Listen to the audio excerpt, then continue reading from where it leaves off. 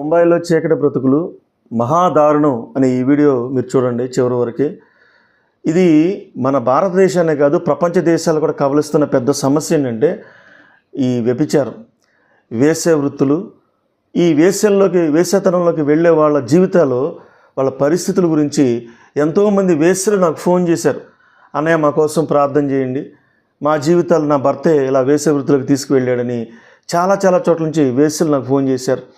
ఎందుకు చెప్తున్నానంటే ఈ లోకంలో యేసుక్రీస్తు ప్రభువారు చెప్పిన ఒక మాట గుర్తొస్తుంది. నేను నీతిమంతుల కొరకు రాలేదు, పాపుల కొరకు వచ్చానని చెప్పాడు. ఈ వీడియోలో మీరందరూ కూడా ఎమోషన్ అవుతారు. దయచేసి ఈ వీడియో చూడండి. మరి నేను ఒక వీడియో చూపిస్తాను ముందు, తర్వాత మనము దేవుని యొక్క వాక్యాన్ని ధ్యానం చేద్దాం. ఈ సమాజాన్ని, సంఘాన్ని ఉద్ధరించే దిశగా మన మాటలు తెలుసుకుందాం. చూడండి ఈ వీడియో. ఇది నేను చూపించబోయే వీడియో మరి బొంబాయిలో చీకటి బ్రతుకులు అంటే రెడ్ లైట్ ఏరియాస్ అంటారు. ఒక బాంబేలోనే కాదు, విజయవాడ లేకపోతే బెంగళూరు, అన్ని సిటీల్లో, ప్రధాన నగరాల్లో రెడ్ లైట్ ఏరియాస్ ఉంటాయి. వీటన్నిటినీ కూడా పోలీస్ డిపార్ట్మెంట్, కోర్ట్స్ కంట్రోల్ చేస్తాయా లేదా అనే విషయాల గురించి మనం ఈ వీడియోలో చర్చించుకుందాం. దేవుని ఆత్మ సహాయం వారిని రక్షించగలదా లేదా రక్షించలేదా, పరిశుద్ధాత్మక రక్షించే శక్తి ఉందా లేదా అనే ఆధారాలతో కొన్ని విషయాలు నేను తెలియజేయడానికి ఇష్టపడుతున్నాను. దయచేసి ఈ రెడ్ లైట్ ఏరియా వీడియోలు మీరు చూడండి. ఎందుకంటే యేసుక్రీస్తు ప్రభువారు బైబిల్లో తెలియజేశారు. ఏమని తెలియజేశారంటే పాపులను రక్షించడానికి వచ్చాడు. కొన్ని సందర్భాల్లో వేశ్యల గురించి మాట్లాడాడు, కొన్ని సందర్భాల్లో పురుషుల గురించి మాట్లాడాడు, కొన్ని సందర్భాల్లో పౌలు గారు మరి స్త్రీలు అవాచ్యమైనది అని చెప్పారు. కాబట్టి ఈ వీడియో మీరు చూసి మనందరం కూడా కుటుంబ వ్యవస్థలో పతనమైపోతున్న ఈ రోజుల్లో ప్రాముఖ్యమైన విషయం మనం మాట్లాడుకుందాం, చర్చించుకుందాం. రైట్, బాంబేలో ఒక ఏరియా రెడ్ లైట్ ఏరియా. ఒక ఆడవాళ్ళు అబ్బాయిని ఎలా పిలుస్తారో చూడండి.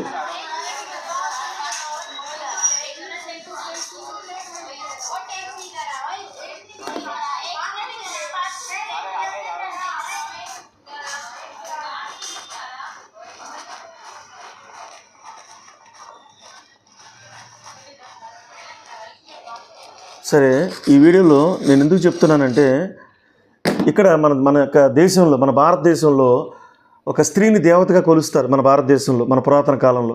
అయితే ఇప్పుడున్న పరిస్థితులు ఎలా అయిపోయిందంటే స్త్రీ అనేది ఇంకా వేరే రకమైన ఆట వస్తువుగా మారిపోయింది. ఇది ఈ రంగం ఆ రంగం అని కాదు, మరి బాంబేనే కాదు, అన్ని చోట్ల ఈ రెడ్ లైట్ ఏరియాస్ అనేది ఉంది. కోర్ట్స్ లేకపోతే పోలీస్ స్టేషన్స్, కోర్ట్స్ ఇవన్నీ ఏ విధంగా ఈ విషయాలను డీల్ చేస్తున్నాయని చూస్తున్నప్పుడు మనందరం ఈ మధ్య కాలంలో వచ్చిన చట్టాలు మనం చూస్తున్నాం.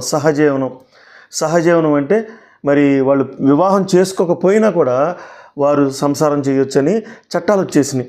తర్వాత మనం చూస్తాం అడల్టరీ అంటారు, అంటే వ్యభిచారం కూడా లీగలైజ్డ్గా అయిపోయే పరిస్థితులు వచ్చినాయి. నేనేమంటానంటే కోర్టులు లేకపోతే ఈలోకపు చట్టాలు ఇవన్నీ కూడా ఇలా ఉన్నప్పటికీ కూడా యేసుక్రీస్తు ప్రభువారు దేవుడు నేను పరిశుద్ధునైన ప్రకారము మీరు పరిశుద్ధులై ఉండమని ఆయన శిష్యులను కోరుకున్నాడు. ఆ కల్వరి సిలువలో ఆయన ప్రాణం పెట్టిన ఆ రక్తాన్ని చూసినప్పుడు ప్రతి మనుషుడు పాపము మరి విరిచివేయబడుతుంది అని బైబిల్ తెలియజేస్తుంది. మరి ప్రపంచమంతా అక్రమ సంబంధాలతో నిండిపోయినాయి, ఎక్కువ శాతం వేశ్యతనాలతో నిండిపోయినాయి. ఈ విషయాలు నేను చెప్తున్నాను. అంతకుముందు మనం చూస్తున్నప్పుడు ఈ మధ్యకాలంలో వైఎస్ఆర్ కాంగ్రెస్ పార్టీకి సంబంధించిన నాయకులు, మరి టెక్కలి అనే ప్రాంతాలకు సంబంధించిన ఒక మంచి రాజకీయ నాయకుడు దువ్వాడ శ్రీనివాసరావు గారి గురించి అన్ని టీవీలు వదలగొట్టేశారు. మనం చెప్పడమే కాదు, ఆ టీవీలో వారి గురించి చూస్తున్నప్పుడు భార్యను ఆయన విడిచిపెట్టి ఇంకో ఆమెతో కలిసి ఉండి అది కోర్టులు అనుమతించాయి, మాకు విడాకులు అయిన తర్వాత పెళ్లి చేసుకుంటామని చెప్తున్నారు.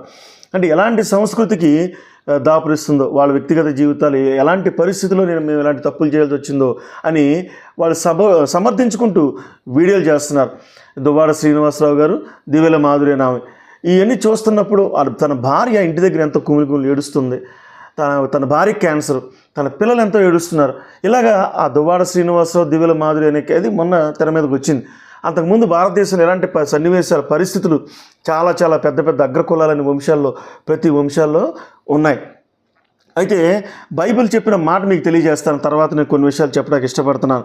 మత్తయి సువార్త 7వ అధ్యాయం 13వ వచనంలో మీరు ఇరుకు ద్వారమును ప్రవేశించ పోరాడుడి అంటాడు. యేసుక్రీస్తు ప్రభువారి యొక్క మార్గము ఇరుకు మార్గం. ఈ ఇరుకు మార్గము అనే దానిలో కొండ మీద ప్రసంగంలో అనేకమైన అంశాలు ఆయన బోధించాడు. ఇరుకు మార్గం అంటే నాశనమునకు పోవు మార్గము అది విశాలమైనది. అయితే ఈ మాటలు నేను తెలియజేస్తున్నాను. యేసు ప్రభువుని నమ్ముకున్న కొత్తలో అంటే దాదాపు 23 సంవత్సరాలు 24 సంవత్సరాల క్రితం యవ్వనస్తుల కూడికలని మా ప్రాంతంలో పెట్టారు. అప్పటికే నేను జైలు నుంచి బయటకు వచ్చి మనశ్శాంతి లేక ఒక మీటింగ్ జరుగుతున్నప్పుడు నేను బండి మీద వెళ్తా ఆ మీటింగ్ దగ్గర ఆగి అక్కడ కొంచెం వినాలనిపించింది. నాకు మనసంతా గాయాలతో బాధతో ఉంది కదా, నా మీద కేసులు ఉన్నాయి, హత్య కేసులు ఉన్నాయి, అనేకమైన శత్రువులను చంపడానికి తిరుగుతున్నప్పుడు అక్కడ ఉన్నాను. ఆ యవ్వనస్తుల గుడికిలో అనేకమైన యవ్వనస్తులు ఉద్ధరించే మాటలు ఒక దైవ సేవకుడు మాట్లాడుతున్నాడు. ఆ దైవ సేవకుడు మాట్లాడుతున్నప్పుడు ఎంత హ్యాపీగా అనిపించిందో నాకు. నేనేమంటానంటే మురుగునీరు పోవాలంటే తీపి నీరు రావాలి. కాబట్టి సమాజం అంతా మురుగు పట్టుకుపోయింది. దేవుని వాక్యం అనేది ఒక తీపి నీళ్ళతో పోల్చాడు. కాబట్టి మీరందరూ కూడా ఈ వీడియో చివరి వరకు చూడండి. నేను మరి కృష్ణమ్మనాయుడు అలియాస్ కిరణ్ పాల్ అని 3 తరాల హత్య రాజకీయాలు ప్రతి వీడియోలో ఎందుకు చెప్తున్నానంటే కొత్తగా చూసే వాళ్ళకి ఈ వీడియో మీకు అర్థమవుద్ది. ఒక సినీ ఫీల్డ్ కావచ్చు. అంటే ఈ విషయాలు చెప్పే ముందు యవ్వనస్తుల కూడిక అనేది మా ఆత్మీయులు వాళ్ళలో నేను జాయిన్ అయ్యాను. నెల నెల మా కోడూరు ప్రాంతంలో, అవనిగడ్డ నియోజకవర్గంలో కోడూరు ప్రాంతంలో యవ్వనస్తుల కూడికలు జరిగాయి. ప్రతి నెల ఎప్పుడు వస్తుందని ఎదురు చూసేవాడిని. ప్రతి నెల ఎప్పుడు వస్తుందో ఎదురు చూసేవాళ్ళం. కన్నీటితో ప్రార్థన చేసుకునేవాళ్ళం. నిలువు మోకాళ్ళ మీద ఉండి ప్రతి నెల మరి మా మండలంలో ఉన్న యవ్వనస్తులందరూ కూడా ఈ యవ్వనస్తుల కూడికనే ఈ టాపిక్ రాష్ట్రమంతా వ్యాపించింది. కోడూరు మండలంలో, అవనిగడ్డ నియోజకవర్గంలో కోడూరు మండలంలో యవ్వనస్తుల కూడికలు జరుగుతున్నాయని రాష్ట్రమంతా వ్యాపించింది. కొన్ని అనివార్య కారణాలను బట్టి యవ్వనస్తుల కూడికలు ఆగిపోయినాయి. అయితే నేనేం చెప్తున్నానంటే యవ్వనస్తులు లేకపోతే ఎక్కువగా ఈ చీకటి బ్రతుకుల్లో బ్రతికే వాళ్ళు ఎవరు అంటే ఎక్కువగా యవ్వనస్తులని మనం చెప్పొచ్చు. ఈ యవ్వనస్తులు అనే పాయింట్లో నేను ఒక భక్తుడి గురించి చెప్పాలని ఇష్టపడుతున్నాను. 3వ శతాబ్దంలో 5వ శతాబ్దం అనుకుంటా, పరిశుద్ధ అగస్టిన్ అని ఒక బుక్ చదివాను నేను యవ్వనస్తుడుగా ఉన్న టైంలో, పెళ్లి కాకముందు. ఆ బుక్ చదివినప్పుడు ఆ పరిశుద్ధ అగస్టిన్ అనే యవ్వనస్తుడు ఆయన ఒక అమ్మాయిని వేసిని తెచ్చుకుని పిల్లలను కనేసాడు ఇంట్లో. వాళ్ళ అమ్మ చర్చికి వెళ్తా ఎంతో ఏడుస్తుంది, కాళ్ళు పట్టుకుని ఏడ్చింది, అన్నీ చేసింది.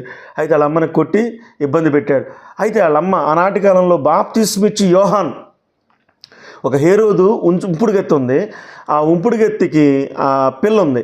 ఆ పిల్ల భరతనాట్యం లాంటి ఒక నాట్యాలు ఆడింది అక్కడ. ఈ డ్యాన్స్ ప్రోగ్రామ్కి హేరోదు ఏం చేశాడంటే, బిడ్డ నీకేం కావాలని అడిగాడు. బైబిల్లో ఆ అమ్మాయి కోరిక నెరవేర్చడానికి ఆ డ్యాన్స్ వేసిన ఆమె తల్లి దగ్గరికి వెళ్ళింది. అంటే ఈ హేరోదు ఉంపుడుగెత్తి దగ్గరికి వెళ్ళింది.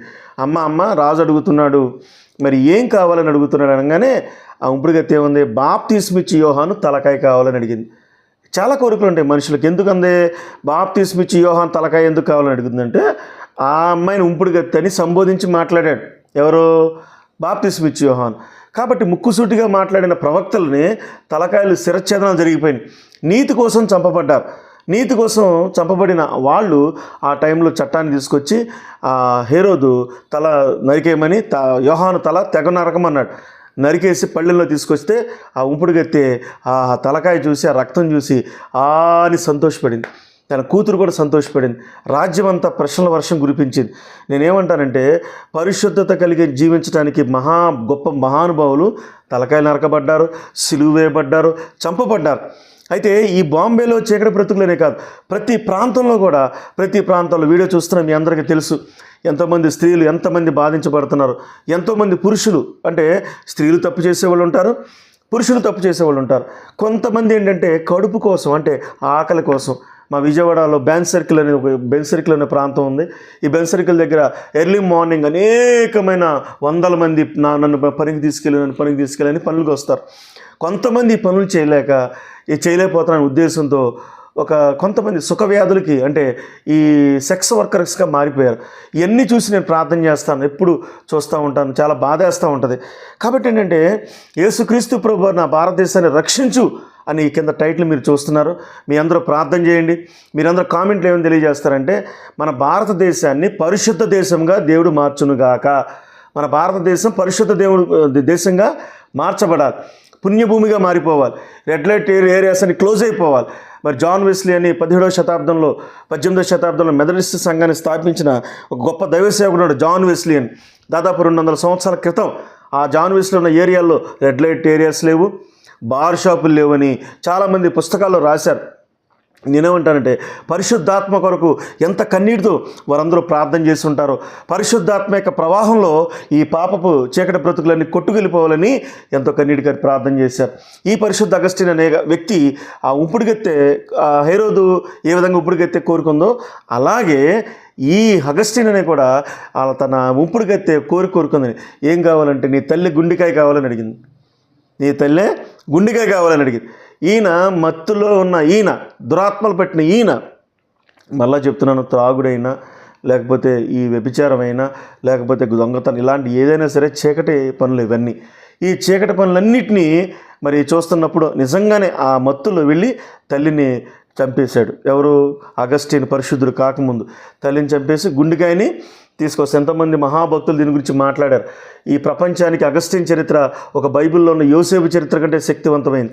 పాత నిబంధనలో యాకోబు, అబ్రహాం, ఇస్సాకు, యాకోబు కుమారులు యోసేపు కడసరివాడు. యోసేపు స్టోరీ కంటే చాలా శక్తివంతమైన స్టోరీ 5వ శతాబ్దంలో ఉన్నట్లుగా చరిత్రకారులు తెలియజేస్తున్నారు. ఏంటంటే ఒక వేశ్యతో పిల్లల కన్నా ఆయన తల్లి కన్నీటి ప్రార్థన చేస్తే ఆ వేశ్యకి పిల్లలతో కనమాకని ప్రాకుల్లాడి ఏడ్చిన కుటుంబాల్లో ఉంపుడుగెత్త కొరకు తల్లిని చంపేసి గుండెకాయ తీసుకెళ్తుంటే ఆ గుండెకాయ పట్టుకుని ఆ ఉంపుడుగెత్తికి తీసుకెళ్ళటానికి బయలుదేరి వెళ్ళాడు. వెళ్తున్న టైంలో ఆ ఉంపుడుగెత్తే దగ్గరికి వెళ్ళే టైంలో ఎదురు దెబ్బ తగిలి కింద పడిపోయాడు. కింద పడిపోతే బాబు దెబ్బ తగిలింది, ఆయన తల్లి గుండెకాయలోంచి స్వరం వినపడింది. దేవునామానికి మహిమ కలుగును గాక.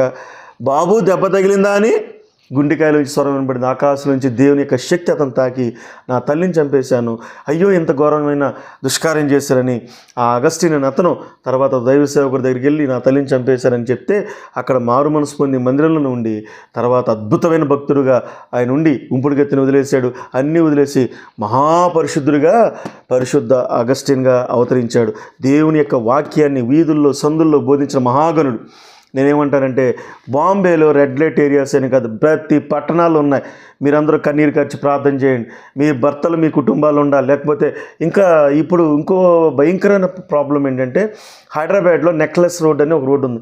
కొంతమంది అక్కడే కాదు, చాలా పెద్ద పెద్ద మహానగరాలు ఎక్కడైనా సరే కూడా క్వైట్ ఆపోజిట్. ఇప్పుడు చాలామంది ఏంటంటే పురుషుల వ్యభిచార గృహాలు ప్రారంభమైనాయి బాంబేలో. పురుషుల వ్యభిచార గృహాలు ఇవన్నీ చెప్పుకోవడానికి సిగ్గుచేటు. క్రైస్తవ దేశాల్లో కూడా ఎక్కువ ఉన్నాయి, ఈ భారతదేశంలో తక్కువ ఉన్నాయి. క్రైస్తవ దేశాల్లో అది చట్టమే అయిపోయింది. అడల్టరీ అనేది చట్టమే అయిపోయింది. ఎలాంటి ఘోరమైన భూమి మీద మనం ఉన్నాం. ఆనాటి కాలంలో కయ్యూను రక్తము, హెబేలు రక్తం భూమి నుంచి మొరపెట్టినట్లుగా మరి సామెత గ్రంథం 3వ అధ్యాయము 4వ అధ్యాయం 5వ అధ్యాయంలో ఏమని ఉంటుందంటే అవన్నీ కూడా మీరు చదువుకోండి. నేను చెప్పడానికి కొంచెం మీరు వినడానికి కొంచెం కష్టంగా ఉంటుంది, కానీ దేవుడు పలికించాడు. కాబట్టి నీవు దీవెన పొందాలి, నా జీవితం దీవెన పొందాలి. మా జీవితాల్లో పరిశుద్ధ అగస్టిన్ భక్తుల గురించి తెలుసుకున్నాం. తర్వాత జాన్ వెస్లీ గురించి తెలుసుకున్నాం. ఇది 200 సంవత్సరాల క్రితం జాన్ వెస్లీ గురించి తెలుసుకున్నాం. ఎంతోమంది మహానుభావులు, మహాపరిశుద్ధులు గురించి మనం తెలుసుకున్నాం. ఇప్పుడు మనకి ఈ భరత భూమి అపవిత్రమైపోయే పరిస్థితుల్లో ఉంది. ఇలాంటి కోర్టులు అనుమతి ఇచ్చేశారు. తర్వాత ఈ పోలీస్ డిపార్ట్మెంట్ కూడా అక్కడ అనుమతి ఇచ్చినట్లుగా మనం చూస్తున్నాం. ఈ వీడియోలు మీకు చూపించాలని నాకు ఇష్టం లేదు, కానీ కొన్ని విషయాల్లో కొన్ని తప్పట్లేదు. నేనేమంటానంటే మీరు ప్రార్థన చేస్తారని, ఎన్నో కుటుంబాలు పతనమైపోయిన కుటుంబాల్లో మీరు ప్రేయర్ చేస్తారని అనుకుంటున్నాను. చూడండి ఈ వేశ్య గృహాలు ఇవన్నీ.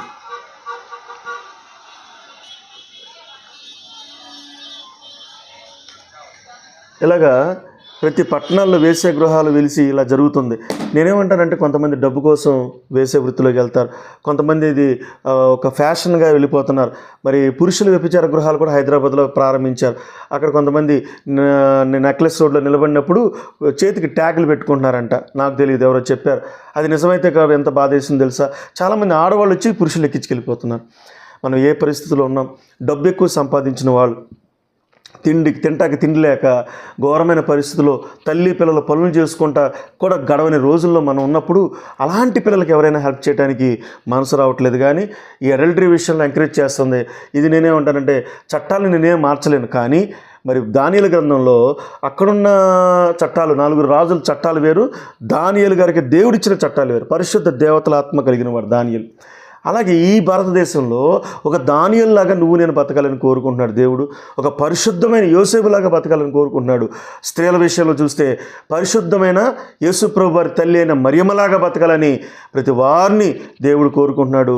మీరందరూ స్త్రీలందరూ కూడా మరియలాగా మీరు బతకాలని నేను ఆశపడుతున్నాను. పురుషులందరూ కూడా యోసేపులాగా బతకాలని నేను ఆశపడుతున్నాను. బైబిల్లో ఇంకో మాట ఉంటుంది, ఏమనంటే మత్తయి సువార్త, యోహాను సువార్త 8వ అధ్యాయంలో 1వ వచనం నుండి 11వ వచనం వరకు మీరు ధ్యానం చేసుకోండి. యోహాను సువార్త 8వ అధ్యాయం 1వ వచనం 11వ వచనం వరకు. అక్కడ యేసుక్రీస్తు ప్రభు వారు అక్కడ ఒక చోట ఉన్నప్పుడు కొంతమంది వేశ్యని రాళ్లతో కొట్టుకుంటూ వస్తుంటే ఆమె పారిపోతూ యేసుక్రీస్తు ప్రభు వారి పాదాల మీద పడింది. యేసయ్య పాదాల మీద ఆయన ఇరకాటంలో పెట్టడానికి శాస్త్రులు పరిశీలు అందరూ రెడీగా ఉన్నప్పుడు ఆయన అన్న మాట ఏంటంటే, మీలో పాపం చేయమని ఒక రాయమన్నప్పుడు అక్కడ ఎవరో రాళ్ళు వెళ్ళిపోయారు. మనస్సాక్షి చేత పొడవబడింది. ఎందుకు పొడవబడింది? యేసు ప్రభు వారి మాట శక్తి ఏంటి? రాత్రి అంతా ప్రార్థనలో గడిపాడు, పగల దేవుని యొక్క గొప్ప వెలుగును ప్రకటించాడు. కాబట్టి మనం భారతదేశాన్ని రక్షించుకోవాలంటే ఏదో తూతు మంత్రం ప్రార్థనలు కాదు, కానీ బలమైన ప్రార్థనా శక్తిమంతులుగా మనం ఉండాలి. మీరు ఎవరో జాబ్స్ చేయలేని వాళ్ళు, చేయకోకుండా ఇంటి దగ్గర ఉండేవాళ్ళు అయితే ఎక్కువ ప్రార్థన చేసుకోమని నేను దేవుని సేవకుడిగా మీకు తెలియజేస్తున్నాను. మీ కుటుంబాలు రక్షించుకోవడానికి, మీ వంశాలు రక్షించుకోవడానికి ఎక్కువ ప్రార్థన చేయాలి. కాబట్టి బాంబేలో కామాటిపుర అనే ఒక ప్రాంతము చాలా ప్రసిద్ధికెక్కి అక్కడ పోలీస్ డిపార్ట్మెంటు, కోర్టులు కూడా ఏమీ చేయలేని పరిస్థితి. కాబట్టి దయచేసి ప్రార్థన చేసుకోండి. నేను 24 సంవత్సరాల క్రితం నా యవ్వన జీవితాన్ని, వివాహం కాకముందు యవ్వనస్తుల కూడికలు అనేకమైన భక్తుల చరిత్రలు, మహామహా గొప్ప సేవకులు మా ప్రాంతాలకు వచ్చారు. ఆర్ఆర్కే మూర్తి గారు లాంటి వాళ్ళు మహామహా గొప్ప సేవకులు మా ప్రాంతానికి వచ్చి మా కోసం ప్రార్థన చేసి వెళ్ళారు. కాబట్టి మేము ఒక మంచి విశ్వాస జీవితంలో ఉండి, నా పిల్లలు కూడా, నా భార్య పిల్లలు, మేమంతా కూడా దేవుని యొక్క కృపలో వర్ధిల్లుతున్నామంటే మీ అందరి కుటుంబాల్లో కూడా వర్ధిల్లాలని నేను ఆశపడుతున్నాను. నేను యేసుక్రీస్తు ప్రభువారు యవ్వన జీవితంలో నన్ను పట్టుకున్నాడు. జైలు నుంచి బయటకు వచ్చిన తర్వాత మీ అందరి కుటుంబాల్లో కూడా ఒక త్రాగుడైనా, వ్యభిచారమైనా, ఎలాంటి పరిస్థితులైనా కూడా రక్షించడానికి యేసయ్య సమర్థుడని నేను తెలియజేస్తున్నాను. కాబట్టి దేవుని మహాకృపను బట్టి మనందరి జీవితాల్లో, అప్పటి కాలంలో, పురాతన కాలంలో ఆడవాళ్ళు ఎలా ఉండేవాళ్ళు, నేను ఈ విషయంలో అంటే మతం వేరు, సంస్కృతి వేరు. మతానికి సంప్రదాయాలకి సంస్కృతికి లింక్ పెడుతున్నారు. మతం వేరు, శాస్త్రాలు వేరు. మన పురాతన కాలంలో మన ఆడవాళ్ళు అందరూ ఎంతో ఒద్దిగ్గా ఉండేవాడు, మగవాళ్ళు కూడా ఎంతో ఒద్దిగ్గా ఉండేవాడు. ఈ తెలివితేటలు ఎప్పుడైతే పెరిగినాయో, టెక్నాలజీ ఎప్పుడైతే పెరిగిపోయిందో, నేను మరలా చెప్తున్నాను, ఈ ఫోన్ ద్వారా చాలా ఉపయోగాలు ఉన్నాయి, కానీ ఈ ఫోనే కుటుంబ వ్యవస్థలను నాశనం చేస్తుంది. నేను మరలా చెప్తున్నాను, ఈ ఫోన్ ద్వారా చాలా ఉపయోగాలు ఉన్నాయి. ఫోన్పేలు చేసుకోవాలి, లేకపోతే వాట్సాప్ కాల్లో మన బంధువులు చూసుకోవాలి, అన్నీ చూసుకోవాలి. మిలిటరీ వాళ్ళు అయితే తన భార్యని బోర్డర్లో ఉండి ఇక్కడ చూస్తాడు, తన పిల్లల్ని చూసుకుంటాడు, అన్నీ బాగా. దాంతోపాటు కుటుంబ వ్యవస్థల పతనానికి కూడా ఈ ఫోనే కారణం అవుతుంది. దీన్ని నియంత్రించగలిగిన నాడు, తెలివితేటలు పెరిగిపోయినాయి, టెక్నాలజీ పెరిగిపోయింది అనుకుని ఈ రోజుల్లో మన కుటుంబాలన్నీ వ్యవస్థలో నాకు వచ్చే ఫోన్ కాల్స్ మీరు చెప్పమంటారా? నాకు వచ్చే రోజుకి 50 నుంచి 100 ఫోన్ కాల్స్ వస్తున్నాయి. 50 నుంచి 100. అందరూ కన్నీటితో నా బిడ్డ చచ్చిపోయాడు, ఈ ఒక వేశ్య దగ్గరికి వెళ్ళి ఆ వేశ్య గొంతు కోసేసింది, లేకపోతే ఒక వేశ్య దగ్గరికి వెళ్ళి డబ్బులు గుంజేశారని. కాబట్టి ఇది ఒక హిందుత్వం మీద కాదండి, క్రిస్టియానిటీలో కూడా చాలామంది యేసుప్రభుని నమ్ముకొని కూడా వేశ్య వృత్తులని కాదు, కానీ కొంతమంది గుంపుడు గత్తులుగా ఉంటున్నారు. ఇవన్నీ నాకు తెలుసు, చాలా చోట్ల నేను గమనించాను. వాళ్ళందరి విషయాల్లో దేవుని నామం అవమానించబడుతుంది. మాకు యవ్వన కాలంలో యవ్వనస్తుల కొడుకులు, మీకు చాలామంది పాస్టర్స్కి నేను సలహా ఇచ్చేది ఏంటంటే, ఈ వీడియో చూస్తున్నాం, ఈ చర్చ్కి వెళ్తున్న ఆ తల్లులందరికీ మీకు చెప్పే సలహా ఏంటంటే, మీ యొక్క చర్చ్లో అక్కడున్న యవ్వనస్తుల కొడుకులు జరిగించి దూర ప్రాంతం నుంచి దైవ సేవకులు పిలిపించుకుని యవ్వనస్తుల కొడుకుల కొరకు యవ్వనస్తులు రక్షించబడాలని, లేకపోతే ఇలాంటి వేశ్య వృత్తులకి, అక్రమ సంబంధాల్లోకి వెళ్ళే వాళ్ళందరూ రక్షణలోకి రావాలని మీరు బలంగా ప్రార్థన చేసుకోవాలని నేను తెలియజేసుకుంటున్నాను. మీ అందరి జీవితాలు కూడా ఈరోజు కుటుంబ వ్యవస్థ 100కి 30 కుటుంబాలు ఈ అక్రమ సంబంధాల వల్ల నాశనం అయిపోయినాయి. నేను చెప్తున్నాను దైవ సేవకుడిగా, 100కి 30 కుటుంబాల దాకా విడాకులు, లేకపోతే అవి ఇవి అని ఈ లోక చట్టం మన కాగితాలు కాపురాలు చేయనివి. దేవుని వాక్యము మన జీవితాలు కట్టేది. ఆయన వాక్యాన్ని మీరు చదవండి, మీరు ధ్యానం చేయండి. నాలాంటి వాళ్ళు ఎంతోమందిని కాపాడింది బైబిల్ గ్రంథం. నేను ఒక మాటకి తెలియజేస్తాను, మరలా ఈ చాలామంది మీకు సాక్ష్యం నాకు పెట్టండి అని చెప్తున్నారు. ఇదే యూట్యూబ్ ఛానల్లో నా సాక్ష్యం మీరు కిందకి వెళ్తే చూడొచ్చు. దాదాపు 30-40 వీడియోలు చేశాను నేను. ఈ రాష్ట్రం అంతా సువార్త చేయాలని ఇష్టపడుతున్నాను. కాబట్టి ఇలాంటి పరిస్థితుల్లో మీరు జ్ఞాపకం చేసుకోండి. మరి యోహాను సువార్త 8వ అధ్యాయం 9వ వచనంలో అందరూ రాళ్ళు పడేసి వెళ్ళిపోయారు. ఆ వేశ్య దగ్గరికి వచ్చి యేసు ప్రభువు వచ్చి ఆయన ఒక్కడే మిగిలెను, యేసు ఒక్కడే మిగిలెను. ఈ మాట ఎంత బాగుందో కదా. నేనంటే ఒంటరి జీవితాలు జీవించే వాళ్ళు, ఆడవాళ్ళు, మగవాళ్ళు ఎంతోమంది ఉన్నారు దేశంలో. వాళ్ళందరూ కూడా కన్నీటి ప్రార్థన చేసుకుంటూ మందిరాలకు వెళ్తున్నారు. కొంతమంది మందిరానికి వెళ్ళని వాళ్ళు ఘోరమైన వికృత చేష్టలోకి వెళ్ళిపోతున్నారు. కాబట్టి నేనేమంటానంటే మనస్సాక్షి కాపాడుకుని నువ్వు ఒంటరిగా ఉన్నా కూడా, ఏ ఆడవాళ్ళైనా మగవాళ్ళైనా ఎవరో లేని అనాథలైనా కూడా ఒంటరిగా ఉన్నా కూడా యేసయ్య మీ దగ్గర నిలబడే దేవుడై ఉన్నాడు. యేసయ్య మిమ్మల్ని రక్షించే దేవుడై ఉన్నాడు. యేసయ్య మిమ్మల్ని కాపాడే దేవుడై ఉన్నాడు. ఈ వాక్యం వింటున్న వారు ఎవరైనా సరే తర్వాత ఇంకా ఇక్కడి నుంచి అమ్మ నీకు ఎవరో శిక్ష వేయలేదా అని అడుగుతారు. ఎవరు శిక్ష వేయలేదా అని 9వ అధ్యాయంలో అడుగుతున్నప్పుడు 8వ అధ్యాయం 9, 10 వచనాలు చూస్తే ఎవరు శిక్ష వేయలేదు ప్రభు అంటే, నేను నిన్ను శిక్ష విధింపను, ఇక్కడి నుంచి పాపం చేయొద్దన్నాడు. ఇక నుంచి నువ్వు పాపం చేయొద్దని ఆ స్త్రీని కూడా, ఆ స్త్రీ స్థానంలో మనందరం ఉన్నాం. భారతదేశంలో ఉన్న ప్రతి మానవ జాతి ఇక నుంచి పాపం చేయదు. మరొక చోట రాయబడింది, మరీ ఎక్కువగా కీడు కలగకుండుంటూ నువ్వు పాపము జోలికి వెళ్ళొద్దన్నాడు. కీడుకి పాపానికి సంబంధం ఉంది. మా జీవితాలు ఈరోజు సుభిక్షంగా ఉన్నాయంటే, నా తమ్ముడు, నా కుటుంబం అంత హ్యాపీగా ఉన్నాయంటే కేవలం దేవుని వాక్యం అని తెలియజేస్తూ, ఈ ఓసరవెల్లి లోకంలో, ఆకర్షణ కలిగిన ఈ లోకంలో మనందరం కూడా దేవుని కొరకు బలమైన పరిశుద్ధులుగా ఉండే మన ప్రసంగాల ద్వారా కాదు కానీ మన జీవితాల ద్వారా హైందవులకి, ముస్లింలకి, అనేక మందికి కూడా ఒక మంచి భక్తులుగా మనం ఉందాం.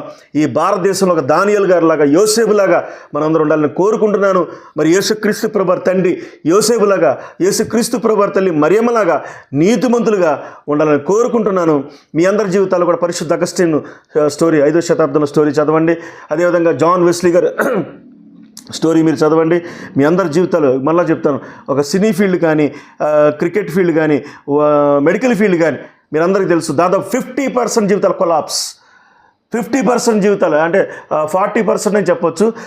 జీవితాలన్నీ కొలాప్స్ అయిపోయినాయి. మా బంధువులు డాక్టర్స్ ఉన్నారు, వాళ్ళ జీవితాలు కొలాప్స్ అయిపోయినాయి. సినీ రంగంలో మా ఫ్రెండ్స్ ఉన్నారు, వాళ్ళ జీవితాలు కొలాప్స్ అయిపోయినాయి. నా ఫ్రెండ్స్ ఉన్నారు చాలామంది, అయ్యా నా భార్య వదిలేశాను రా కృష్ణమనాయుడు నన్ను అంటే ఎంత తిట్టానో వాళ్ళందరినీ. నేనేమంటానంటే కుటుంబ వ్యవస్థలో పతనం అయిపోతాను. ఈ రోజుల్లో దేవుని వాక్యాన్ని మీ పిల్లలకి చదివించండి. దేవుడి దగ్గరికి మీరు తీసుకురండి. డ్రగ్స్, ఈ వ్యభిచారము, రెడ్ లైట్ ఏరియాస్ మొత్తం కూడా ఇవన్నీ ఆగిపోవాలి. మనం కాపలకాయలం. దేవుని ఆత్మశక్తిగా వెళ్ళి దేవుడు నీ బిడ్డలను కాపాడతాడు. ఆత్మశక్తిగా వెళ్ళిన దేవుడు పరిశుద్ధ అగస్టిని కాపాడాడు. ఆత్మస్వరూపుగా ఉన్న దేవుడు నీ కుటుంబాలను వర్ధలు చేస్తాడు. మీ అందరి కోసం కూడా పైన ఫోన్ నెంబర్ ఉంది, ప్రార్థన చేయండి.